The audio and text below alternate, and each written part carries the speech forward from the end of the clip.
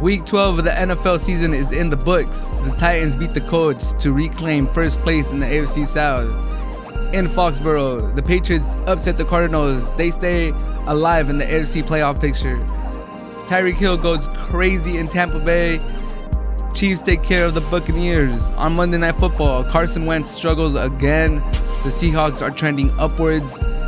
Also, in the Premier League, Southampton blow a 2-0 lead against United. Chelsea and Tottenham disappoint, 0-0 draw. And my Wolves beat Arsenal 2-1. This is Hard to Handle Sports Podcast, episode number 18. My name's Ismael San Juan.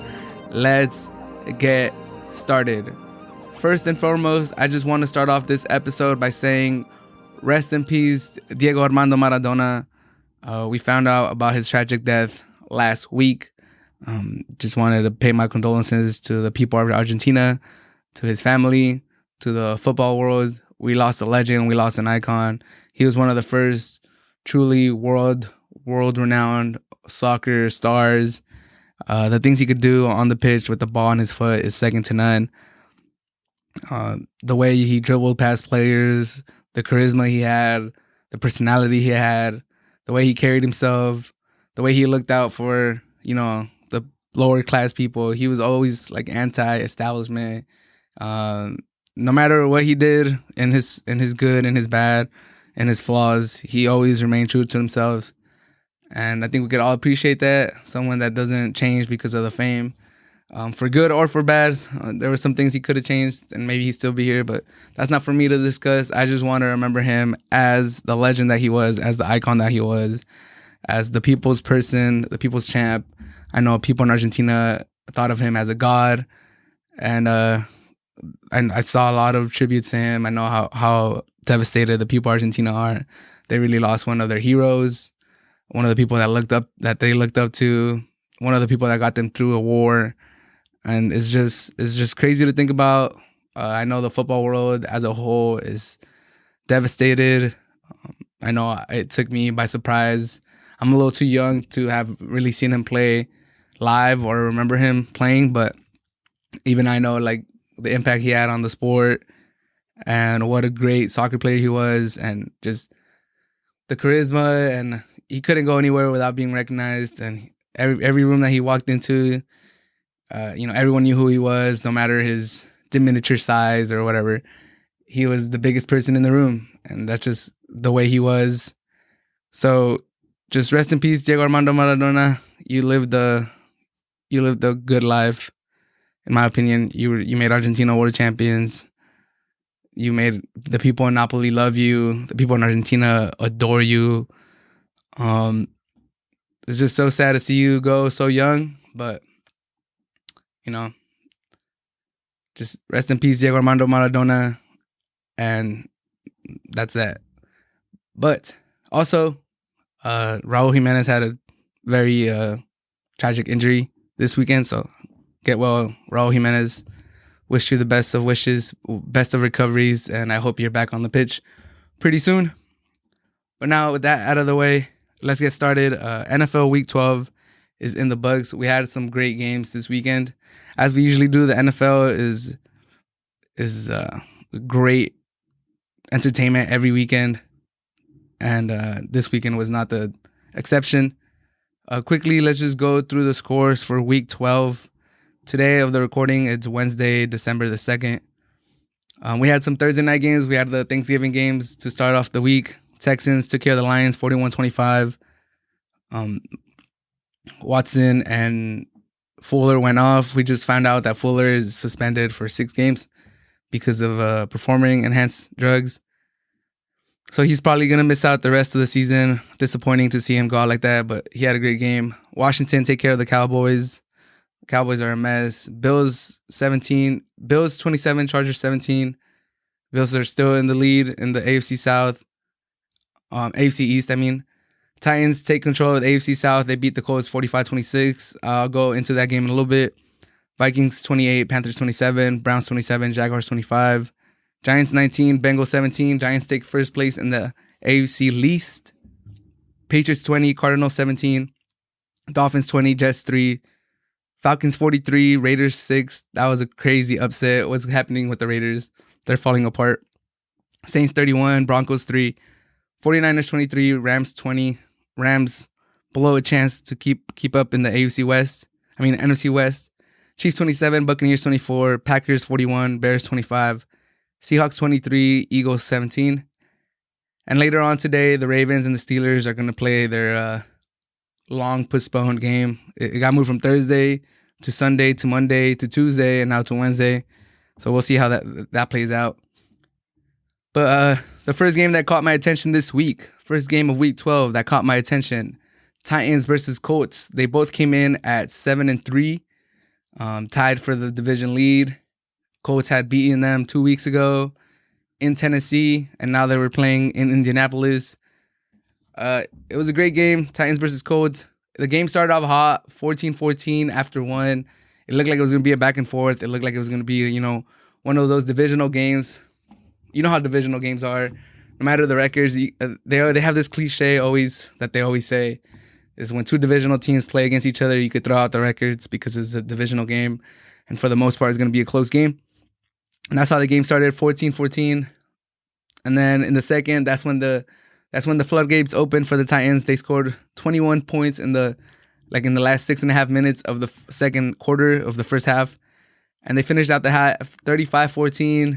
And then at that point, you're asking Phillip Rivers to bring you back 21 points against the Titans. I know the Titans don't have the best defense, but when you completely have to abandon the run and make up points, make up a 21-point deficit, it just gets really, really hard. I think the turning point in this game, for those of you that didn't watch the game, the score was 28-14. So the score was 14-14, and then the Titans took a 21-14 lead, stopped the Colts, came back.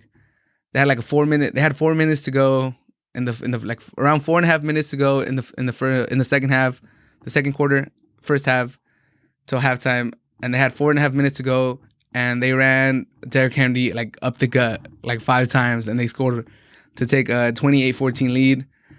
And then the Colts got the ball back with 2.5 minutes left, and you're thinking, okay, if we score a touchdown, we'll be down 1. We get the ball back in the second half, no big deal.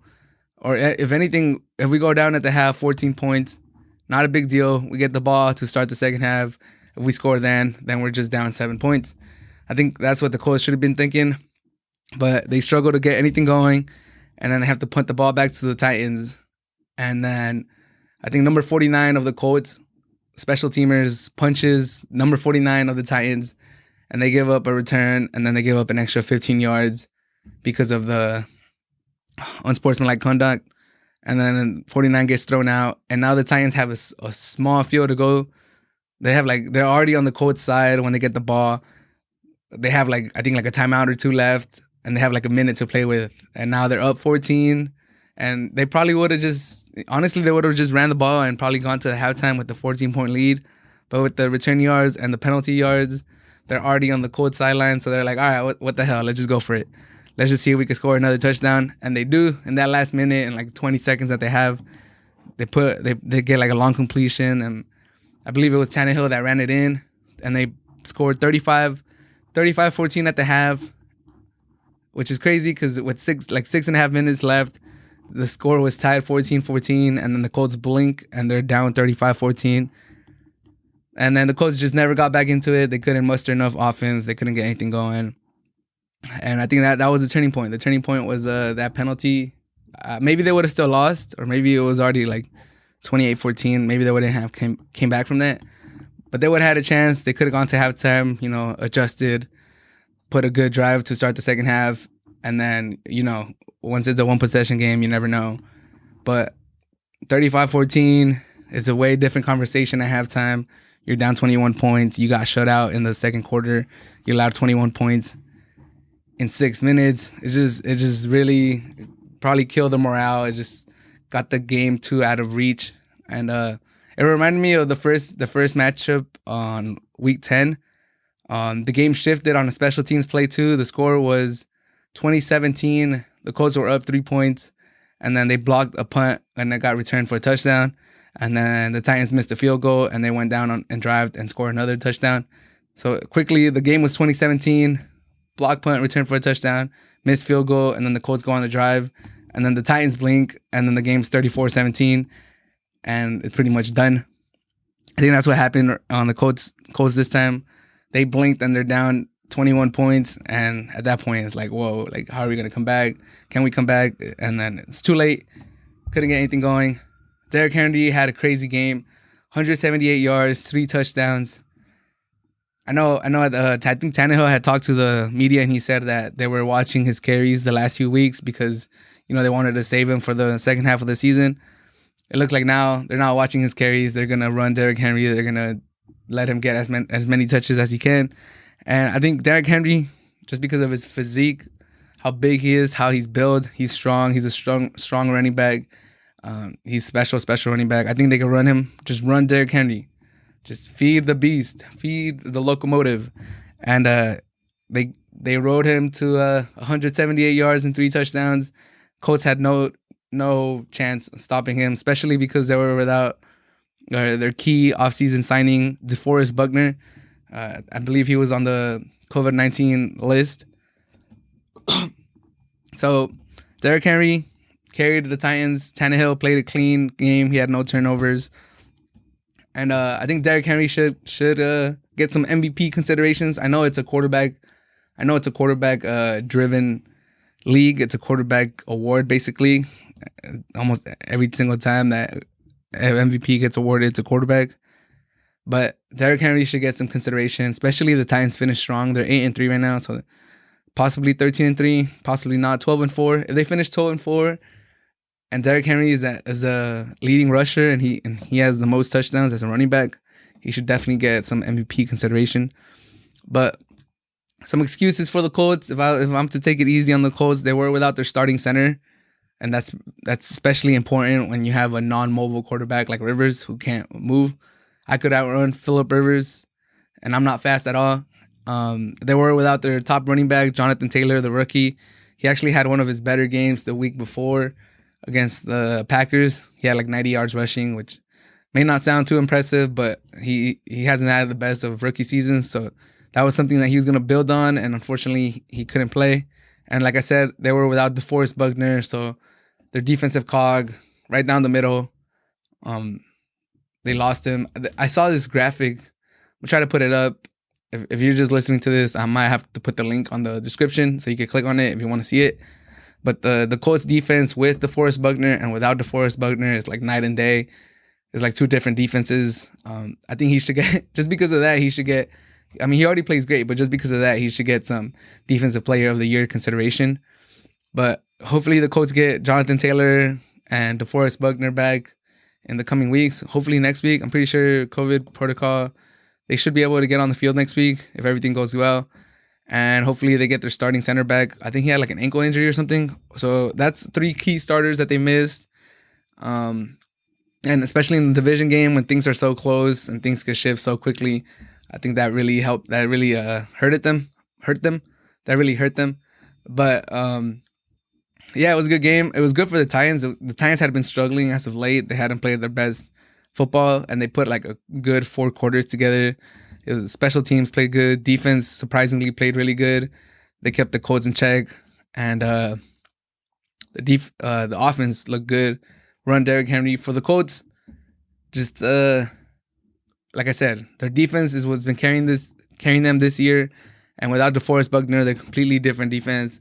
So hopefully for them, he comes back. He comes back, and he's able to perform. And it just shows how important one player could be. If you're gonna pay somebody in the NFL, defensive lineman, offensive lineman, super underrated, but those are one of the most important positions in the NFL.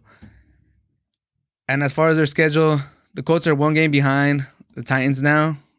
They split the series 1-1. The Colts have the Texans, the Raiders, the Texans, and then the Steelers and the Jaguars. So not the Texans just lost Fuller for the rest of the season, and he had kind of kickstarted their little turnaround of the season they're trying to have. So they might, and without Fuller, they can't stretch the field. So they should be able to beat the Texans twice. I say should just because they have Watson. You never know about Watson.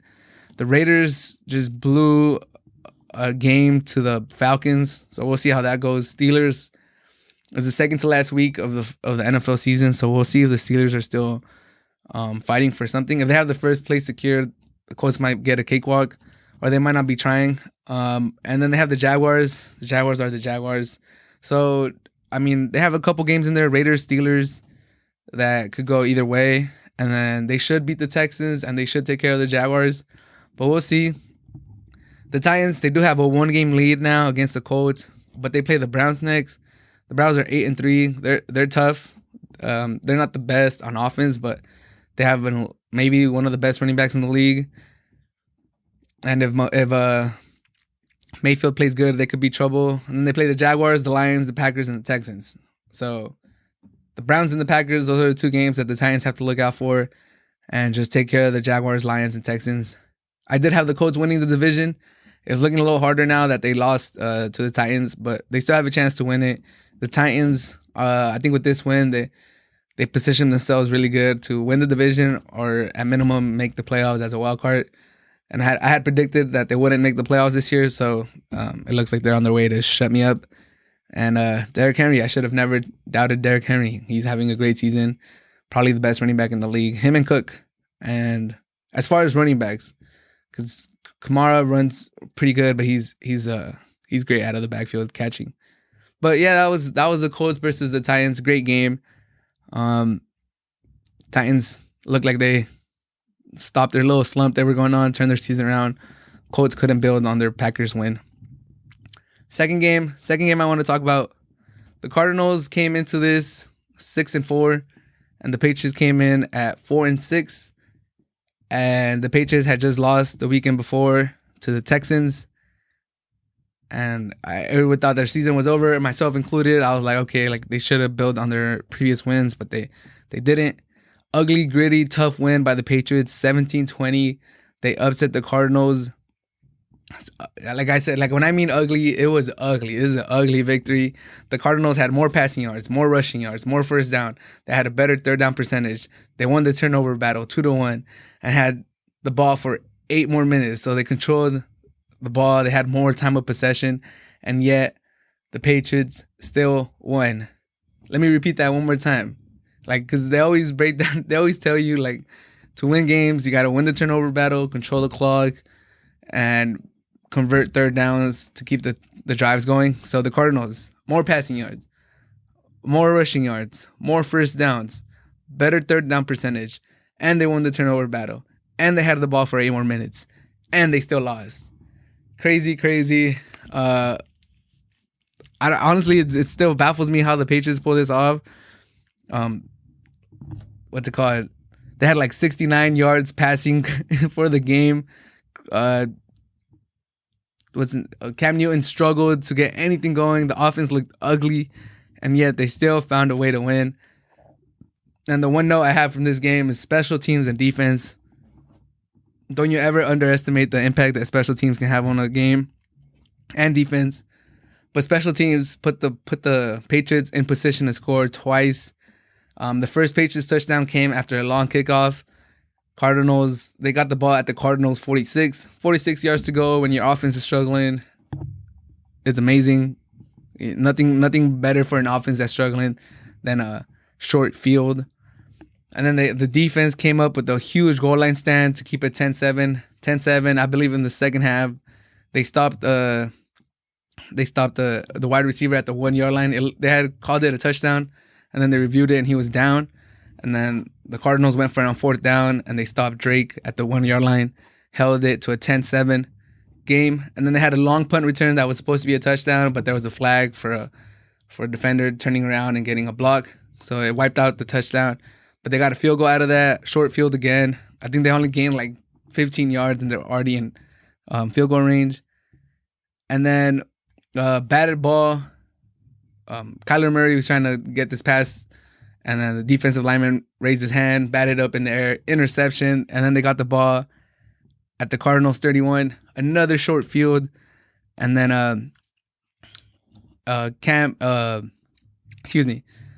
and then the game's tied 17-17, and Cam throws an ugly interception. If you're watching the game, it looks like he threw the game away. 17-17. Cardinals get the ball back. You're thinking, okay, all they got to do is get a couple, like couple first downs, and they'll be in field goal range. They're in field goal range. I believe it was a 49-yard field goal, somewhere around there. The Cardinals kicker misses it wide right. Patriots get the ball.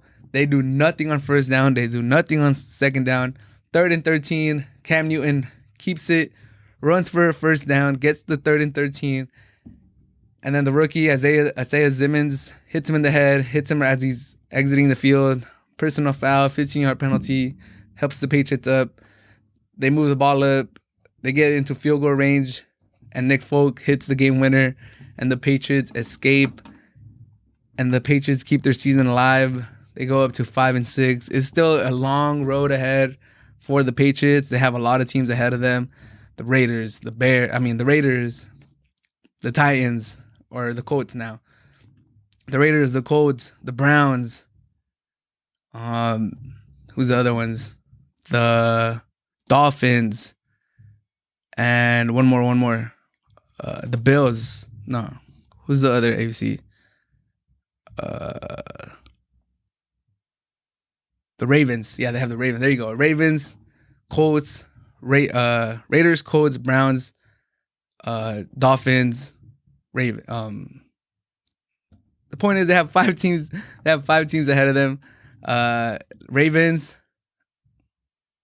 Raiders, Dolphins, Browns, Colts. There you go. Those are the teams that are ahead of them. There's still a long way. 5 teams ahead of them. They got to jump up 3 spots. The schedule is kind of tough. 5-6. I don't know if they could do it. Realistically, to get a playoff spot, they might have to run the table, finish 10-6. I don't think 9-7 will do it, to be honest. But they could dream. They keep their chances alive. They beat the Cardinals. Honestly, I didn't think they could do that. I thought the offense for the Cardinals was too strong, too potent for them to beat them. And somehow, some way, special teams came through, defense came through, huge goal line stand, huge turnover to get the ball at the 31, and Cardinal special teams let them down. If their kicker makes that field goal, it's a different story. If they're able to, defend on special teams, the kickoffs, Patriots had nothing going for them. Their offense was struggling the whole game. Cam Newton finished with 84 yards passing, 2 interceptions, no touchdowns, 50% completion rate. Like I said, it's an ugly victory by the Patriots. But like Cam Newton said after the game, I'm not going to apologize for winning. And I mean, that reminded me of what Nick Folk said.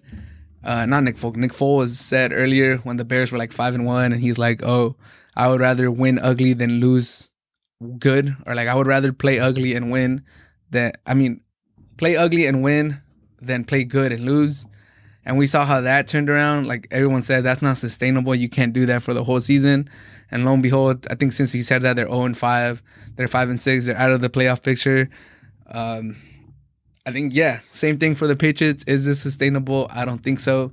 They got to eventually find something on their offense. They got to be able to play a little better or a lot better, because they're not always going to have their special teams to bail them out and give them short fields.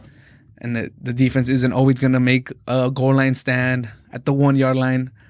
And they're not always going to get a turnover in the opponent's field. So Patriots got to turn around. The Cardinals, disappointing loss. I had a lot of hopes for the Cardinals. I thought they could potentially challenge the Seahawks for the division 2 weeks ago, but now they're just trying to hold on to that last playoff spot. They are the 7th seed. Now in the playoffs, there is going to be 7 playoff teams as of this year, so they're in the playoffs right now. And thankfully for them, the teams behind them, I don't think they're really a threat. Niners, Vikings, and Bears are all 5-6. Like I said, the Bears just lost 5 in a row. They were 5-1. I don't think they have it in them to make up the ground. Vikings 5-6. They're probably the most dangerous team that could potentially catch up to them. Niners 5-6. They're dangerous just because their coach is elite, but they lost their quarterback.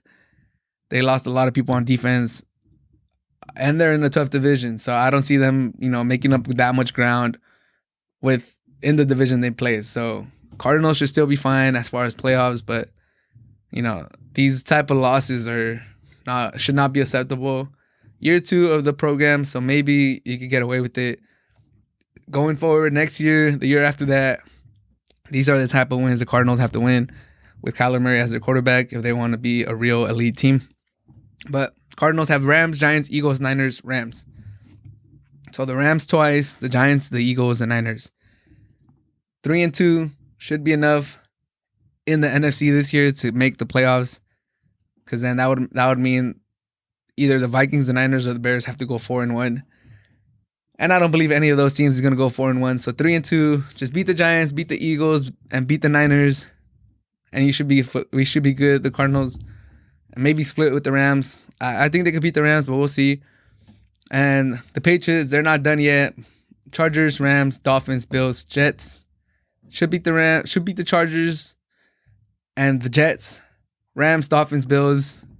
We'll see. That's going to be 3 tough games. Realistically, they have to run the table just because there is 5 teams. Let's see if I can get it right this time. Raiders, Colts, Browns, Ravens, and Dolphins are all the teams ahead of them. So they do get a chance against the Dolphins to make up a little bit of ground. But it's going to be a rough road for the Patriots to make it back to the playoffs. I think the streak is over this year. But you can't say they're not fighting. You can't say they're giving up. And Belichick has them at least trying to, salvage their season. But it's a weird year. It's okay, Patriots. You can come back next year. I'm sure the fans would like them to make the playoffs. But, hey, they've been spoiled the last 20 years. I think one bad season of not making the playoffs is fine. And we'll see how Belichick retools next season. But they're not there yet. Like I said, 5 games to go. If they run the table, they have a chance. We'll see. But the next game, Chiefs, Buccaneers. Chiefs go to Tampa Bay. Tyreek Hill goes crazy. The Chiefs go to 10-1. The Buccaneers fall to 7-5. They're the 6th seed now. They go into their bye week struggling, losing 2 in a row. The score doesn't really reflect the game. The final score is 27-24 Chiefs, but they were up 17-0. They were up 24-7, I believe. Chiefs came out firing. Tyreek Hill had a monster game. After the first quarter, he had 203 yards receiving, 2 touchdowns in the first quarter. He finished with 269 yards receiving on 13 receptions and 3 touchdowns. I don't know what they were doing on defense. The Buccaneers, whatever they were trying, it was not working. They were trying to single coverage Tyreek Hill, the fastest player in the world with football pads on, and that's just not going to get it done. Bruce Arians, after the game, the big story was that Bruce Arians said that Brady is actually calling all the plays, and that was that got a lot of media headline because a lot of people are Brady apologists. It is what it is. I think Brady gets that benefit because he is the GOAT. He is the best ever. So he should, people are going to defend him. People are going to be on his corner. Rightfully so. He's earned it. That's what you get when you play 20 great years in the NFL. But even like the commentator, Tony Romo, any mistake that Brady makes, it always seems to be the play caller's mistake, or they're not running Brady's offense, or Brady didn't throw a bad pass, the receiver ran the wrong route. I think after a while it gets annoying, even to the coaches. So I think the coach, Bruce Arians, is just trying to nip it in the butt. He's trying to get the record straight. He's trying to say, hey, if you guys are trying to blame me, I'm just going to let the media know that Brady's the one calling the plays. I'm not the one, calling all these plays. If Brady throws an interception, it was on his play call. But I don't know. I don't think the coach should be saying that to the media. I think he should just take it. I think it sets a bad precedent. He could lose the locker room like that if he keeps saying that. I wouldn't have done that. But Bruce Arians, he's an enigma. He's a personality in of itself. But Brady struggled in the beginning. He finished kind of strong. He did have 2 ugly interceptions. He does seem to be panicking a lot more now when he gets pressure. He doesn't just eat the sack. Sometimes you just got to tuck it, take the sack, live to see another down. There's been a lot of times where he's trying to go down the field and he's getting pressure and he's not able to step up into the throw. And, he's older now, so he doesn't have the arm strength that he once had. And he still, just chucks it up there. 2 ugly interceptions. Maybe if he doesn't throw those, they're able to come back. But the Chiefs did take their foot off the gas pedal once they took that lead. So we don't know how they would have reacted if the Bucs would have made an earlier push. But they were in a 17-0 hole. Offense wasn't doing anything. That defense needs help. I think that defense plays better when they're ahead. Once you put them in a hole and the other offense could run, and it's harder for the defense. But Brady brought them back. He had 2 touchdowns to Mike Evans. I think he needs to find Mike Evans earlier in the game. Mike Evans just seems to be catching touchdowns this year. I mean, I'm sure he's not that disappointed because his touchdowns are going up. I think he's on pace to have the most touchdowns in a season, but he's definitely like underperforming in the other departments. Like, I think this might be the lowest amount of receptions he has in a full season and the lowest amount of yards. But he is getting touchdowns. But I just think Brady has to build a better connection with Mike Evans. That is his best wide receiver. I know Godwin is good and Antonio Brown is there, but Mike Evans is an elite wide receiver. He's had 1,000 yards every single season of his career. He's an elite player. So I think he needs to find him earlier, not just on the end zone, not just on the red zone. You need to feed the ball to Mike Evans, get coverage to go his way, and they need to run the ball more. If Brady is calling the plays, it's kind of, I don't know what he's doing. In New England, what worked for him was the run game, the short passing game. He did have that one season when Randy Moss was there, but other than that, is the short passing game. Feed the tight ends, feed Edelman, feed Welker, the slot receiver, and methodically go down the field. It looks like he's trying to force the field down the field. He's trying to force the ball down the field more this year.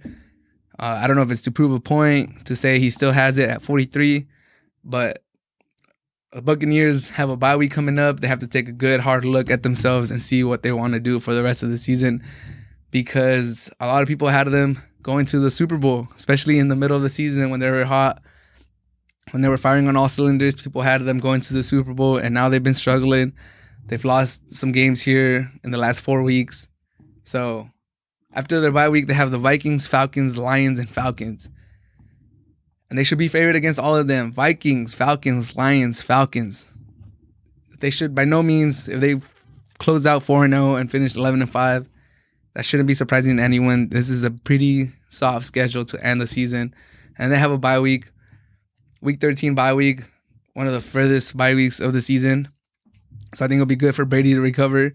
Good for them to retool themselves and, watch some film, analyze what they've been doing wrong, change up their gameplay, run the ball more. Hopefully they run the ball more after the bye week. Take some of the pressure off of Brady. And hopefully Bruce Arians and Brady get on the same page. And Bruce Arians, throughout the season, he's been taking little shots at Brady in the media. And Brady always says that they have a good relationship, but maybe they should, talk about it in the bye week and see what they could, if they can get on the same page and move forward. And as far as the Chiefs, they have the Broncos, Dolphins, Saints, Falcons, Chargers. So Chiefs, they're chasing the Steelers. They want the number 1 seed. Broncos, Dolphins. No matter who they play, they're always going to be the favorites. But the Saints game is going to be most-watched TV. We'll see if the Steelers are able to keep up their undefeated record, because the Chiefs are going to be right there. As far as the Chiefs, they just got to find a way to close out games better. They're a great team. They either start off really slow and they finish really strong, or they start off really strong and they finish kind of weak. If they're able to put a full game together, the Chiefs are in a league of their own. I don't think anyone could beat them. They should be the Super Bowl favorites. But Mahomes is a magician. Tyreek Hill is one of the best offensive weapons in the league. He's a mismatch. He could run past anybody. And Kelsey, he's the best receiving tight end in the league. He's a mismatch anywhere you put him on the field. So, and their defense is playing a little better. So it looks like they could repeat. It looks like they're well on their way to repeat. The Chiefs are a dangerous team. They're fun to watch. I love watching the Chiefs game. I'm always going to tune in. Patrick Mahomes, generational talent. But that was the Buccaneers versus the Chiefs. It was a good game. It was a great game. It was old versus new. Brady versus Mahomes again. And it didn't disappoint. It was great. I watched the game. I was tuning in. And it was great football. Buccaneers came back viciously at the end, but they couldn't get it done. And the Chiefs held on. And the Chiefs are the favorites for the Super Bowl. But on Monday Night Football, the Seahawks played the Eagles. And the Seahawks won 23-24. They go to 8-3. The Eagles lose.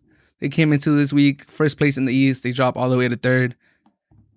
And the takeaway from this game is that DK Metcalf is a monster. DK Metcalf is one of the best wide receivers in the NFL. Crazy stat, if you didn't know. I'm pretty sure everyone knows this by now. The commentators kept saying it. Every time the Seahawks play, they always comment on this because DK Metcalf is always a talking point. He was the 9th wide receiver picked in the 2019 draft. And he might be the best one. There was a lot of elite wide receivers picked in that draft, but he might be the best one. Unfortunately for the Eagles, they picked a wide receiver. They were one of the teams that picked one of those wide receivers before DK Metcalf. They picked JJ Arcega-Whiteside.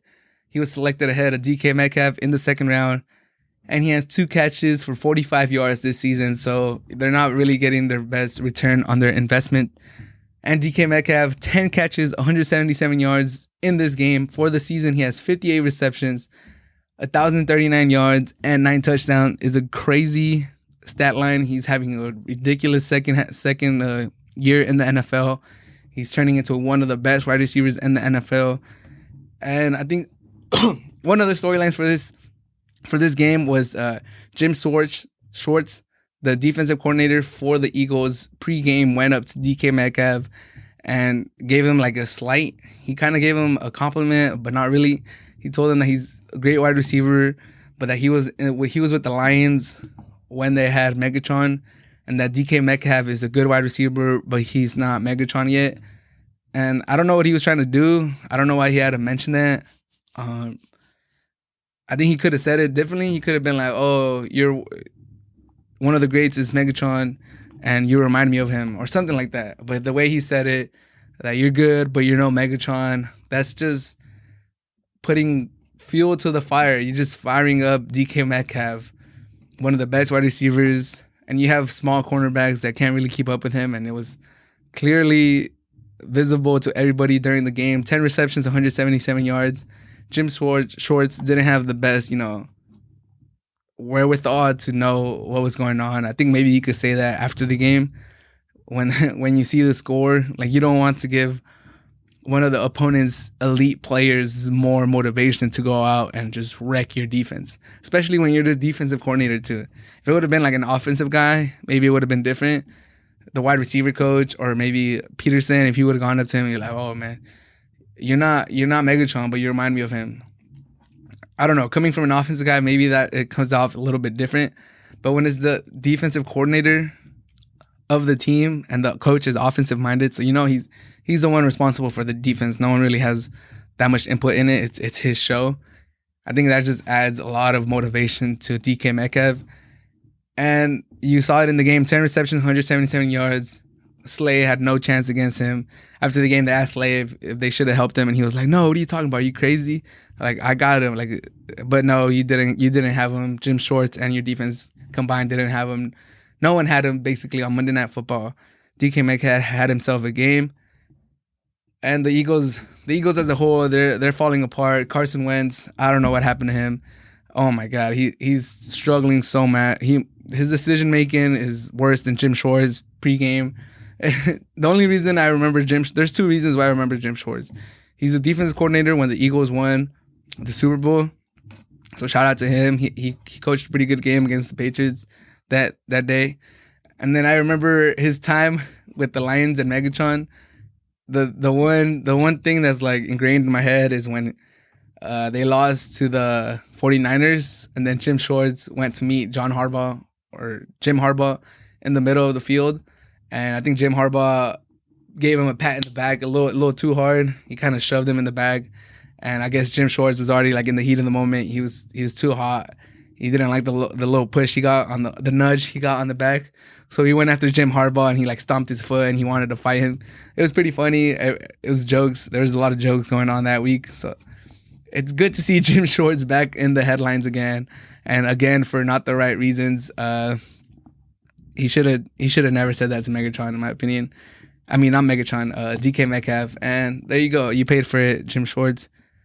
But as far as the Seahawks, they got Chris Carson back. It It was the Eagles. I don't think they had to use him too much. They only ran him 8 times for 51 yards.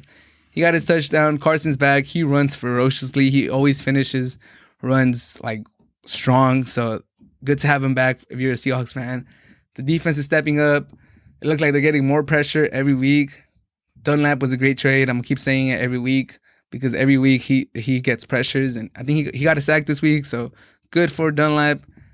Good for the Seahawks. They're looking legit. None of these NFC teams look elite, whether it's the Saints, the Packers, the Bucks, the Seahawks.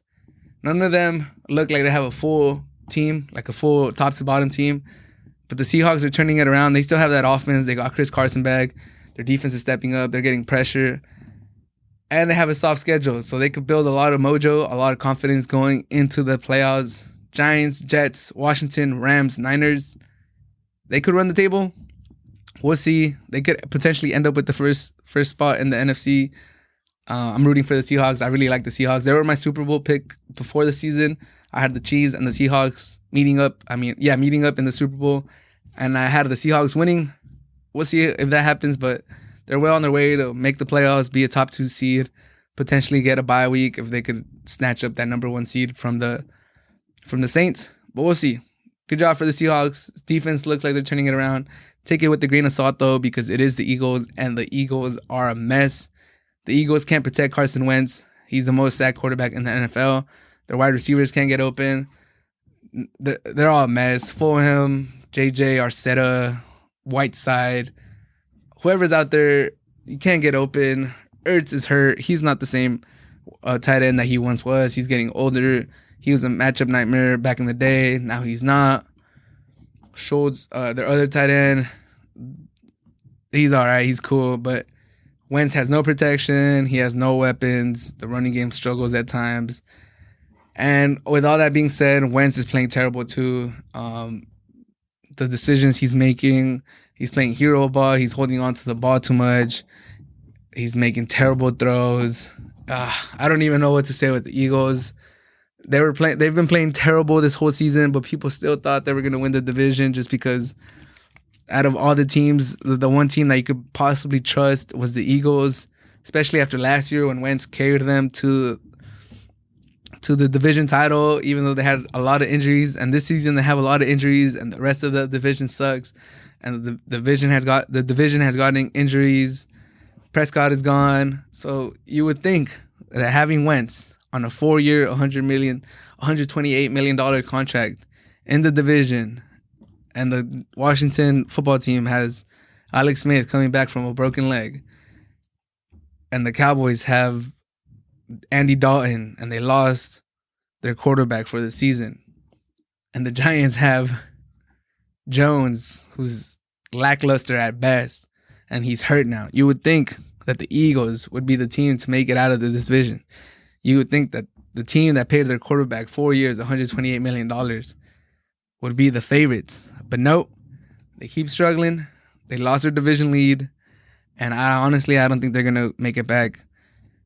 The Eagles have the Packers. That's a loss. They have the Saints. That's a loss. They have the Cardinals. That's a loss.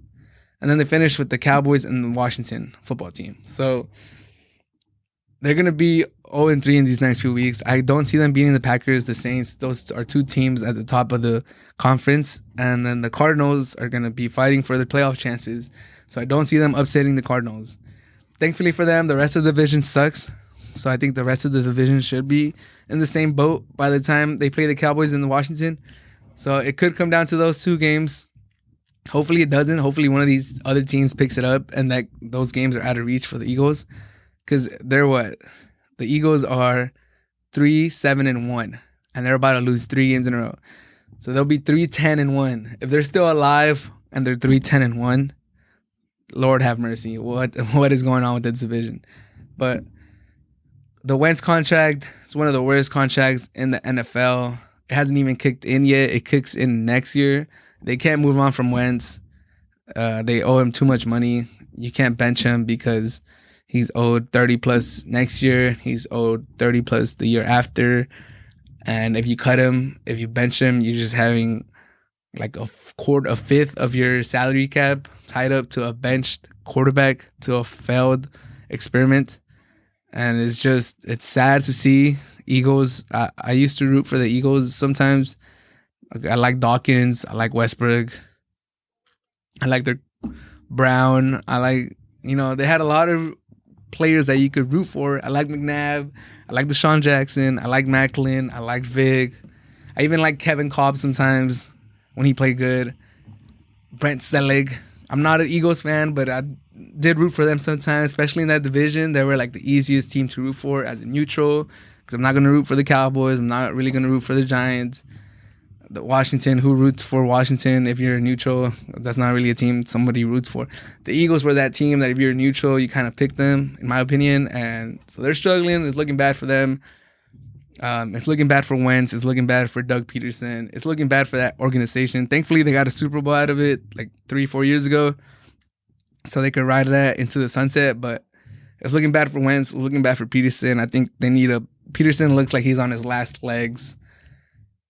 He's not making great play calls. Wentz too. I don't know what you do with Wentz. That contract is terrible. I think these Wentz contract and Goff. I didn't go into depth about the Rams losing to the 49ers, which was embarrassing for them. Didn't go too deep into that, but one of the main reasons they lost that game is because Goff is mediocre at best. I believe he had like 3 turnovers in that game. And everything we know about the Rams, we've been knowing. They're a great team. They have a great defense. They probably have the best player in the league in Aaron Donald. They have one of the best coaches in the league offensive-wise, but they get dragged down by their quarterback. Goff is mediocre at best too. And they gave him a large contract too, and they're tied with him, and they can't move on from him. And it's the same thing with the Eagles, and they're from the same draft class. They went 1 and 2. And I remember when that happened, I said that they were both going to be bust because I did not like what I saw from them in college, and from watching like a lot of YouTube videos and analyzing a little bit of film. I did not like what I saw from them. Wentz doesn't throw the ball that good. I mean, his mechanics are kind of like messed up. He has a weird windup. And Goff, I just thought he didn't have the arm strength, and I don't think he was that smart. But they had some success in the NFL, mainly because of their coaches, in my opinion. McVay is a genius.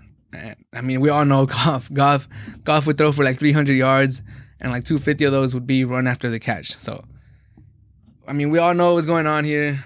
They paid him too early. I think this could influence other quarterbacks getting paid going forward, because you don't want to be stuck how the Eagles and the Rams are stuck right now.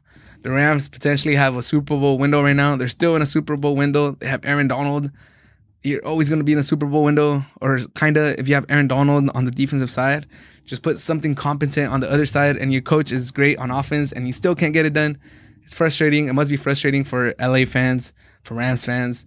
It must be frustrating for Eagle fans, just seeing their team crumble and just seeing $128 million tied up to the quarterback, and you can't move on from him, and you have a rookie quarterback waiting in the bench, and you can't move on to him because Wentz is tied up to this contract. It's just frustrating. It's frustrating as a neutral fan, and we'll end at that just because I'm getting frustrated. But yeah, that was the Seahawks versus the Eagles. I went on a little tangent. Seahawks are looking great. They're 8-3, second in the NFC, potentially could finish first. Eagles are third in the East, in the NFC East, 3-7-1. They can't move on from Wentz. They're probably going to fire Peterson if he doesn't turn it around. Ugly, ugly season. But moving along, that was the NFL Week 12. Great weekend of football. It concludes today. Ravens versus Steelers. We'll see how that plays out. Can the Steelers maintain their lead against the Chiefs in the top of the AFC? And can the Ravens climb back into the AFC playoff picture? They're out looking in right now. It would be really disappointing if they don't at least make the playoffs this year, just by the fact that they were the 1 seed last year and they had the MVP. So it'll be crazy if they don't make the playoffs this year. So it'll be a good game to watch today, Ravens and Steelers, to end Week 12 of the NFL season. But the Premier League Matchday 10 is in the books. It's over, and we could talk about it. The first game that I want to talk about, Southampton versus Manchester United. Southampton came into this game as 5th place in the table. They've been outperforming everyone's expectations. They've looked like a really complete side. And Man United came in at 10th position. And every time Man United plays a league game against a team that's not a top 6 team, that's not a well-renowned team, no matter what position they come into the game, you think if they lose this game, is Ole on his way out? And although Southampton came in as 5th in the table, if United were to lose to this team that neutral or casual fans wouldn't really recognize or wouldn't really know from the top 6, they would be calling for Ole's head. And that was what was happening. Southampton started strong. They got a 2-0 lead on Manchester United. And at that point, I did think, oh my God, is Ole going to get fired after this? Is this the game where Ole gets fired? Is this the game where they finally cut their losses with him? And fortunately for Ole, unfortunately for United fans that want him gone, vintage comeback by Manchester United down 2-0. Final score, Manchester United pulls off the comeback in stoppage time in the second half. They win 3-2. Crazy game. It was actually really entertaining. Fun fact, United is the first Premier League team ever to win 4 consecutive away games while trailing in each one of them. So they've been behind 4 times in a row away from Old Trafford, and they've been able to come out with the win. Not just a tie, a win. So it's what Man United is known for, going back to Sir Alex Ferguson. They're known for their comebacks. They're known for being a team that never gives up. And as far as Ole goes, they're not performing that well. They're not doing well in the league. I think now they're 9th. But they're making these vintage comebacks. So at least that's something that Man United fans could look as a positive. Take away from this game, Cavani is still that guy. He's a natural scorer. He's still a great player. He's a poacher. He has predator-like instincts in the box. He never stops moving. He's relentless. He's a nightmare for defenses just because you never know where he is. You never know where he's moving. You can never relax when Cavani is on the field because he never stops moving. He came in on the 46 minutes. He had 2 goals and 1 assist. He always looked dangerous the whole time. Every time he's on the field, he looks dangerous. And Cavani, shout out to Cavani. A lot of people thought he was washed. I know I was on Reddit. I was on the comment section of YouTube. I was on Twitter. There was a lot of United fans that were not ecstatic about the signing of Cavani just because they're getting him off the couch. He was not with any team. He was a free agent. People thought he was washed. Maybe you don't know too much about Cavani because he played a lot of his career in PSG, just scoring in a not so well-renowned league, that is the French league. It's not as easy to watch on TV as the Premier League is. So maybe you don't know who Cavani is. And he gets outshined in Uruguay by, what's his name? By Suarez. Yeah, he gets outshined in Uruguay by Suarez. So, I know a lot of soccer fans know Cavani. And a lot of neutral fans know Cavani. But there is a lot of people that don't really know Cavani or don't know his prowess. But if you don't know him, he's 32 years old now, and he's still elite. He made the difference for United. Good for Cavani. I think he should be starting. The one objection or excuse or reasoning I get for why he's not starting is because he's not fit. They're saying he's not fit. Like I said, they got him off the couch.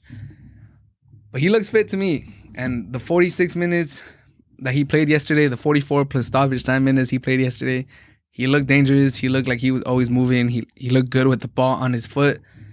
He scored 2 goals. He got 1 assist. I think Cavani has to score. He's not as young as Rashford, but he's more dangerous with the ball on his foot. And putting Cavani centrally, I think, lets Rashford go on the wings where he could use his speed to his advantage more. And I think Cavani could teach Rashford some of those predator-like instincts that he has, the movement off the ball, finding holes in the defense that are hard to see to the regular person. I think Rashford has all the physical qualities that you look for in a forward, but maybe in his head it's not clicking. Sometimes when he finishes, he struggles too. But Cavani could really help him out in that. But in the meantime, Cavani should start centrally and maybe push Rashford out to the sides. He has played that before. He does play that with England and with United before, so I don't think it'll be a crazy transition. But United, they save Ole's job again. They keep him as a head coach of Manchester United. United are 9th now. Southampton fall to 6th. Just wanted to give a shout out to James Ward-Prowse. He is the best free kick taker in the Premier League. Time and time again, he shines.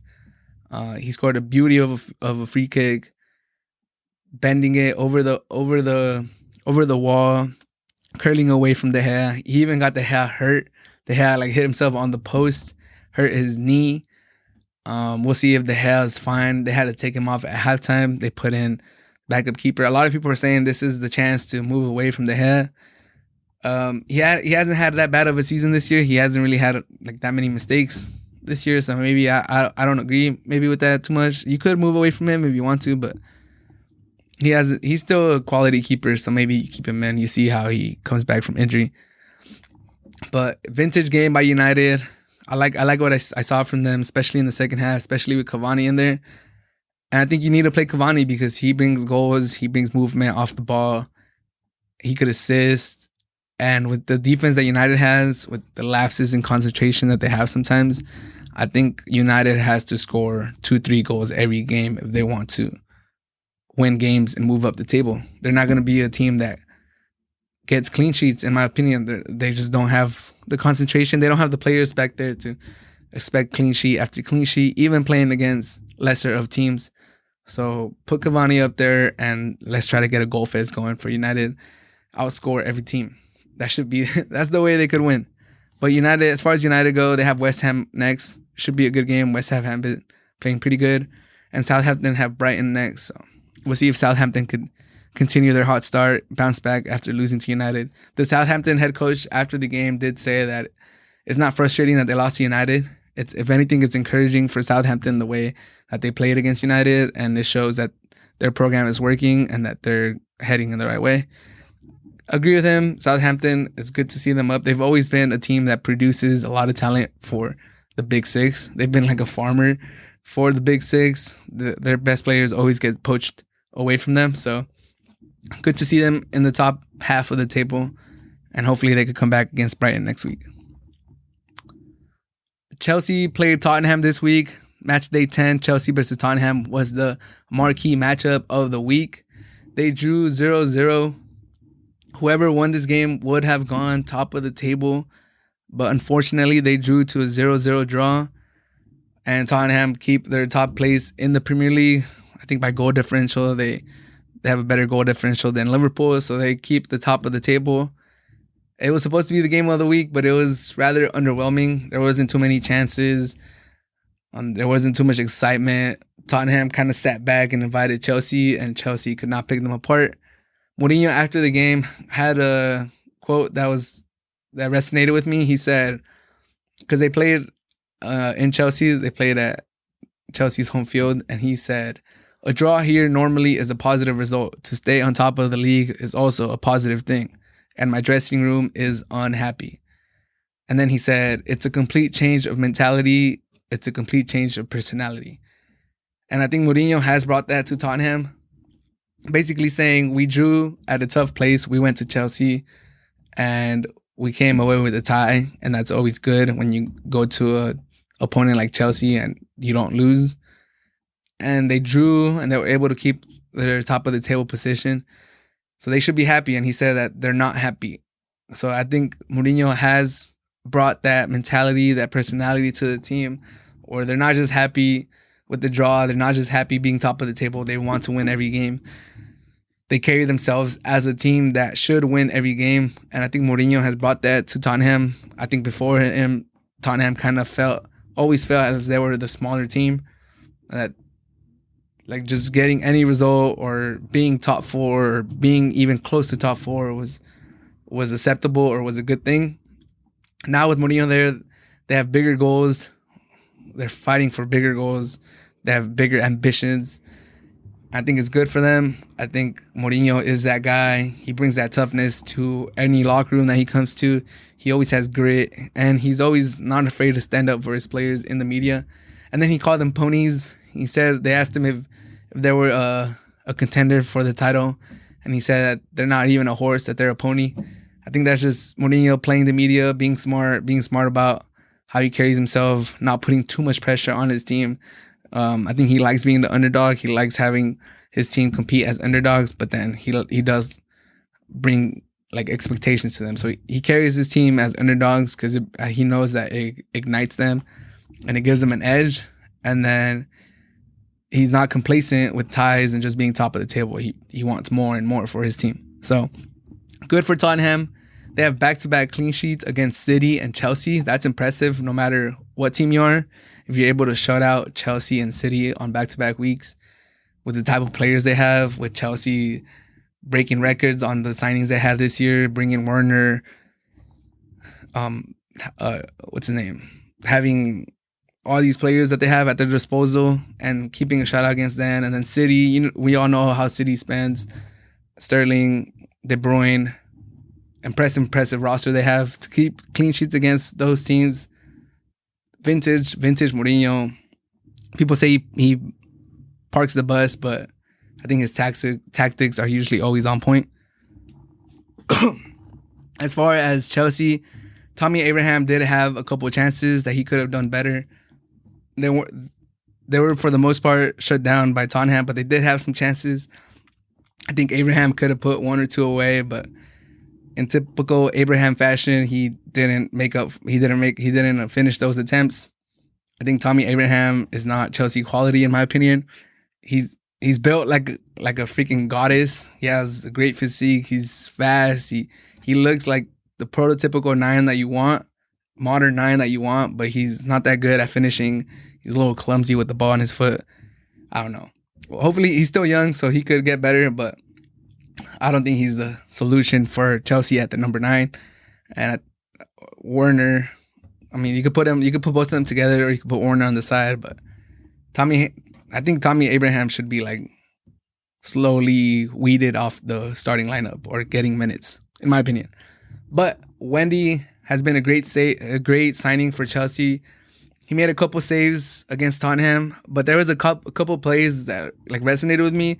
There was a couple crosses that I think Kepa would have let like cross across his goal, and he would have like defended the shot, and where Mendy cuts the cross before it gets through, and he like deflects it over.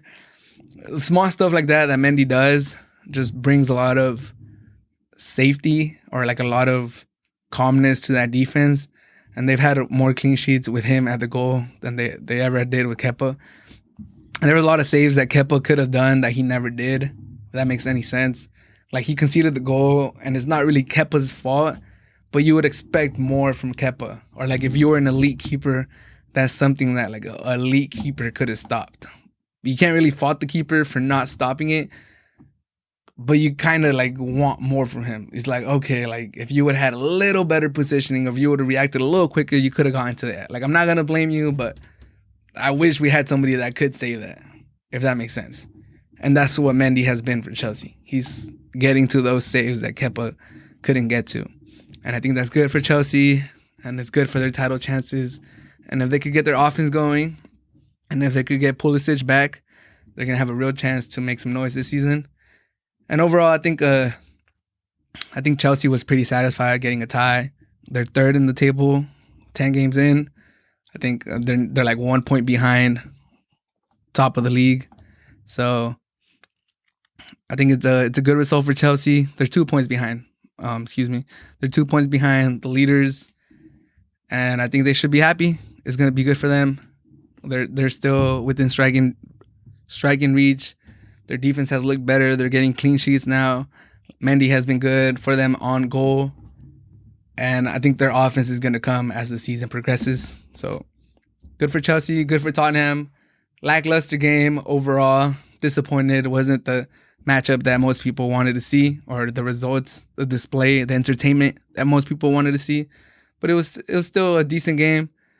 Chelsea 0, Tottenham 0. Chelsea plays Leeds United next. That's going to be a fun game. Leeds always goes forward, sometimes to their fault, but it's going to be a good game. Tottenham versus Arsenal this week, the North London Derby. Arsenal is struggling. Tottenham is doing great. So we'll see how that plays out. Tottenham versus Arsenal this next weekend. That's probably going to be one of the marquee matchups of this match day 11 for the Premier League. But speaking of Arsenal, Wolves versus Arsenal was the last game that I wanted to touch on for match day 10 of the Premier League. Wolves beat Arsenal 2-1. One more time, let me just reiterate. Best wishes to Raull Jimenez. Hope to see him on the field again, hopefully soon. We'll see how it plays out. I know people were worried that his career might be over. He did crack his goal, so we'll still have to see how that plays out. But I think he should hopefully be able to come back. As a Mexican myself, as a Wolves fan, as just a human being, a fan of soccer, football, I wish to see him back on the field. Raull Jimenez was having one of his... He's having one of the best seasons of his career, like this last 2 seasons and going into the season. He's really enjoying his soccer. He's playing good for the national team. He's playing good for Wolves. There's a lot of transfer news around him. He could go to a bigger team. This is the best soccer Raull Jimenez has played in his whole career. So hopefully this injury does not deter him. Hopefully he has no long-term effects because of this. And hopefully he's back on the field for Wolves scoring. He's back on the field for Mexico scoring. And we're all able to enjoy his soccer game. So best of wishes to Raull Jimenez. I hope you get well soon. But as far as this game, Wolves showed a lot of heart to win. Losing their star man, Raull Jimenez, is their best player. Raull Jimenez is what makes them go in the front three. And everyone knows Raull Jimenez. He's been splendid for the Wolves. And they subbed in their 18-year-old Silva, who's their most expensive player ever, but hasn't really been getting playing time. So to get this result at Arsenal, at Arsenal for the first time. This is the first league win for Wolves at Arsenal since 1979. So it's been a long time coming. 41 years since their last victory at Arsenal. So shout out to the Wolves. Without Raull Jimenez, magnificent result. Neto has been brilliant this season. He's really stepped up since Jota left. 20 years old, he's really coming into himself. We all know what Jota has done with Liverpool. We all know what he's been doing with Portugal. He's been a scoring machine in the Premier League, in international games. He's taken that next step. But if you didn't know, another Portuguese player that took his spot for Wolves has really stepped up. Neto has been brilliant this season. He's dangerous with the ball in his foot. He's been getting goals this season. Neto, watch out for him. He has the potential. I think he's like 4 years younger than Jota. He's faster than him. He's great with the ball in his foot. I love Jota. I miss him. I wish him the best. He was one of my favorite players at Wolves, but it's been amazing to see what Neto has been able to do with the Wolves this season. At the ripe age of 20 years old, it looks like he's blossoming into an elite player. He's very shifty with the ball in his foot. He's not afraid to go at players. He has little step overs. He's quick. I really like what I see from Neto. He's looked very dangerous. He got on the net. He scored the goal. He scored the opening goal for Wolves, and then he got the shot for the second goal. Goalie couldn't keep it. Podence got it and scored the second goal. So Neto was directly involved in both goals. Shout out to Neto. I like what I see from you. Amazing performance by Neto. Amazing season he's having. And as far as the Wolves, this was one of the first games that they played with the back four. And I think it really allowed their field players to shine. This is one of the few times that I could remember that Adama Traoré, Podence, and Neto were all on the field together. Usually it's two of the three. If it's Podence and Neto, Adama's on the bench. If it's Adama and Neto, Podence is on the bench. If it's Adama and Podence, Neto's on the bench. They usually keep him on the wings, but because they played the back four, it allowed them to have more offensive players. They played with Neto on the left, Adama on the right, Podence as the center, and then they had Raull Jimenez at the top when he was in the game, and then they had Silva come in. Wolves looked very dangerous. The back four was solid. Cody and Bali were really great at the back. So overall, great performance by the Wolves. This is one of their best starts to a season, to a campaign. And as far as Silva, he came in for Raull Jimenez, 18 years old. He came in and had a pretty solid game. He was good in link-up play. He held the ball up good. He has a pretty big physique. He looked good. I'm excited to see him moving forward. He will get a chance to shine in the coming games with Raull Jimenez out. Hopefully Raull Jimenez is not out for too long. Hopefully he can come back relatively quick within the next month or two. We'll see how it goes. Take as long as you want Raull Jimenez. The head is one of the most dangerous, sensitive spots in your body, so just make sure you're good before you come back.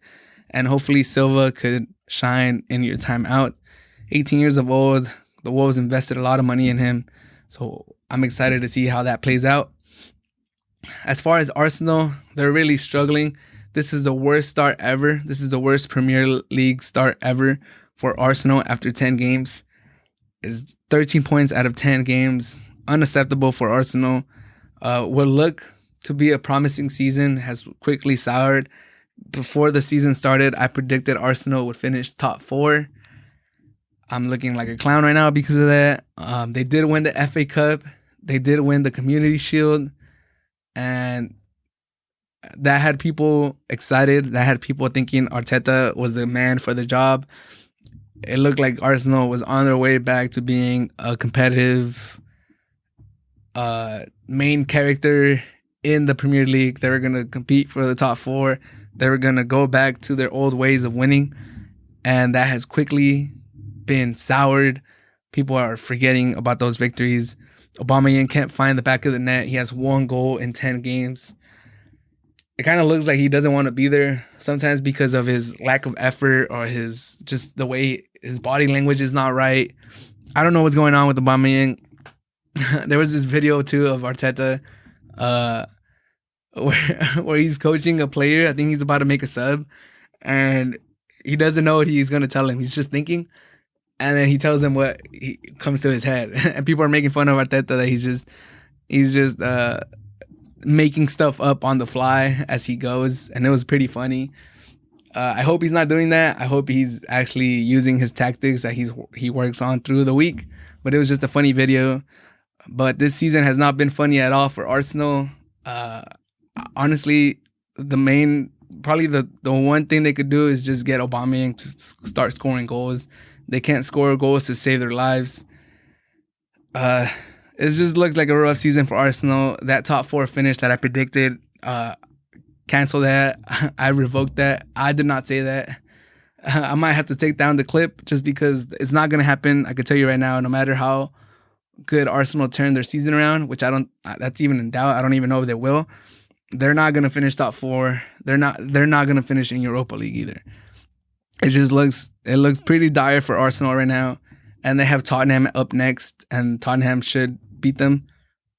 In my opinion, Tottenham are top of the table. Arsenal are 14th. So it just looks like, honestly, I don't want to say this, but Arteta might not even make it to the end of the season, if I'm being honest. Worst start ever after 10 games. 14th place, 13 points out of 10 games. It's looking bad for Arsenal. They have to do something in January to get some players in here because it's just not working right now. And Arteta might not be the man for the job. He looked good in the offseason. He looked good when he won the FA Cup. He looked good when they won the Community Shield. But the Community Shield is the Community Shield. FA Cup, all right, I'll give you that one. But how much leeway is that going to get him? Just because he did get 2 trophies? I don't know. But Aubameyang doesn't look like he wants to be there, so that should be their number one concern. Get back into his graces, make Aubameyang feel good again, and get him scoring some goals, and maybe they could turn their season around. But it's looking rough. As far as the Wolves, they climb up to 7th. For them, pretty good start of the season, and they just hope to get Raull Jimenez back. And they'll see what they have in Silva in the next coming weeks. And tough game coming up. They have Liverpool next. So we'll see how they do against that. Hopefully they're able to get a draw or something out of it, because I'm a Wolves fan, so I am rooting for them. But it was another great week of soccer. Matchday 10 of the Premier League is in the books. Week 12 of the NFL is in the books. We do have a lot of great games coming up. There's still one game left in the NFL schedule.